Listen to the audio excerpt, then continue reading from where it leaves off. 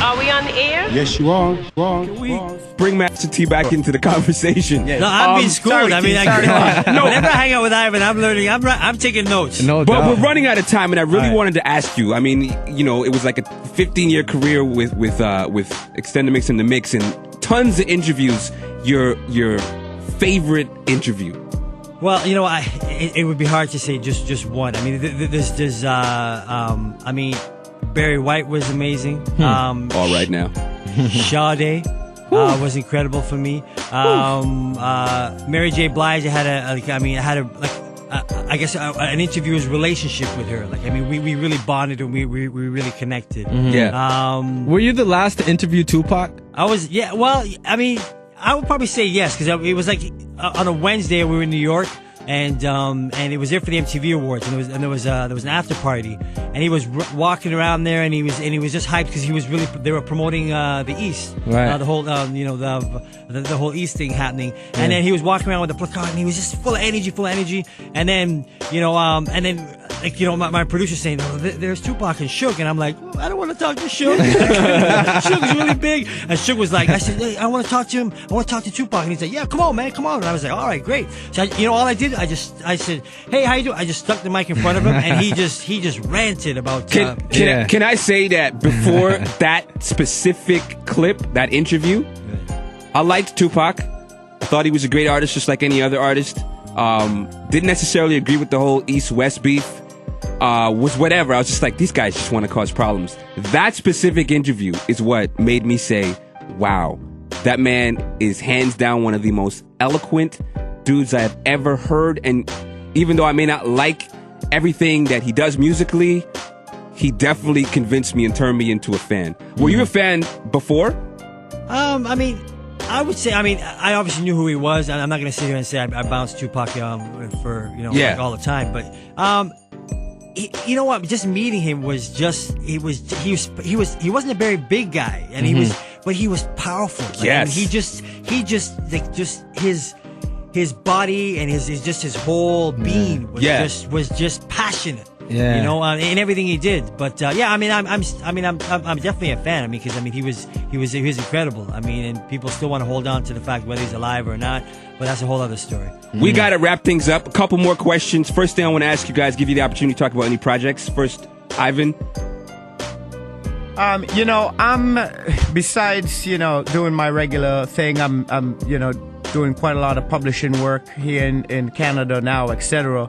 But I'm really proud, Farley Flex and I have dedicated the next, hopefully 10, 20 years to our lives in getting the Caribbean infrastructure of the music business hopefully straight. We're going to try to do our best we can. Anything from government organizations to copyright infrastructure, the real infrastructure they need. There's one statistic that I made in my own mind, which I'm hoping nobody can prove me wrong. But any major label that has ever signed a Caribbean artist have never failed. Whether that was Patra or Shabba or Beanie Man or now Sean Paul, I have never heard of a reggae or soca artists that have gotten signed. A major or just a regular label? A major label with full support. We're going to give this a shot. I have never actually heard of a failed artist. So somebody correct me if I'm wrong. Please don't. But with that, I like that sound. With that said, I think that, whether it's hip hop, R&B, they're all being blended now into Caribbean culture. Yeah. And the world is becoming really small. And I think a lot of the Caribbean genres and artists and just the Caribbean infrastructure should be looked at because it's a melting pot of cultures down there. There's a huge population when you include the Spanish and French territories. And they really need help to set up an infrastructure so that the creators of talent could be compensated, because surely they've been ripped off for decades and decades. Totally agree. Master T, what is on the plate for you as of now? Well, my wife and I, we have a production company called Eastshore Productions.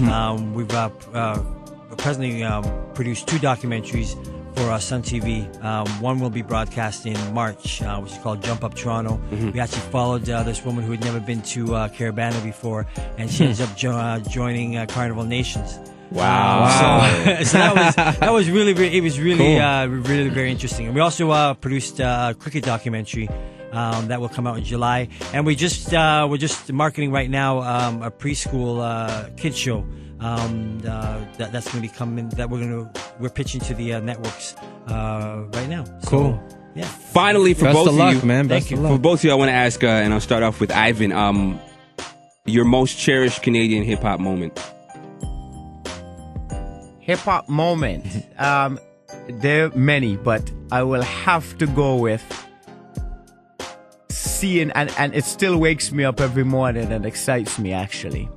But I have to go with seeing Mishi Me win every battle at the concert hall. I don't think Priceless. I don't think there was there's lots of success stories, lots of experiences. Certainly the Dream Warrior selling 1 million records worldwide. I mean, come on.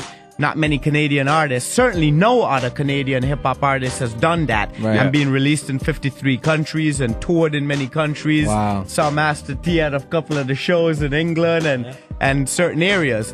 But my most cherished moment was certainly the Ron Nelson concert hall days, seeing Mishi just kick butt. Big shouts to Mishi. with the American artists. And she's still the sweetest female MC we've had. Yeah, you love her. Master T, yourself. It'd have to be my Goodbye Blanco. Not just for me saying goodbye, but when I say goodbye, there's a point where I looked out and I saw all these Canadian artists that had come up either, on the show when I was on in the 90s, but I sensed there was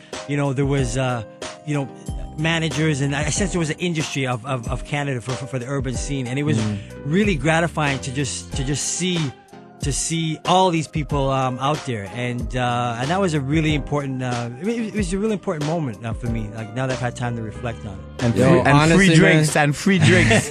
Lots of free drinks T gave us. Yeah. Hey, But I listen, know. I want to say one more thing, man. You guys should be really proud of yourself. Yeah. I'm not here a lot. I do a lot of traveling, so I'm never here to hear it. But I'm online in whatever country I am, checking out your emails. Thank you. You send out an email, and I usually go and check it out. And I think that this show is really awesome. It certainly reminds me of the CKLN, CIUT days.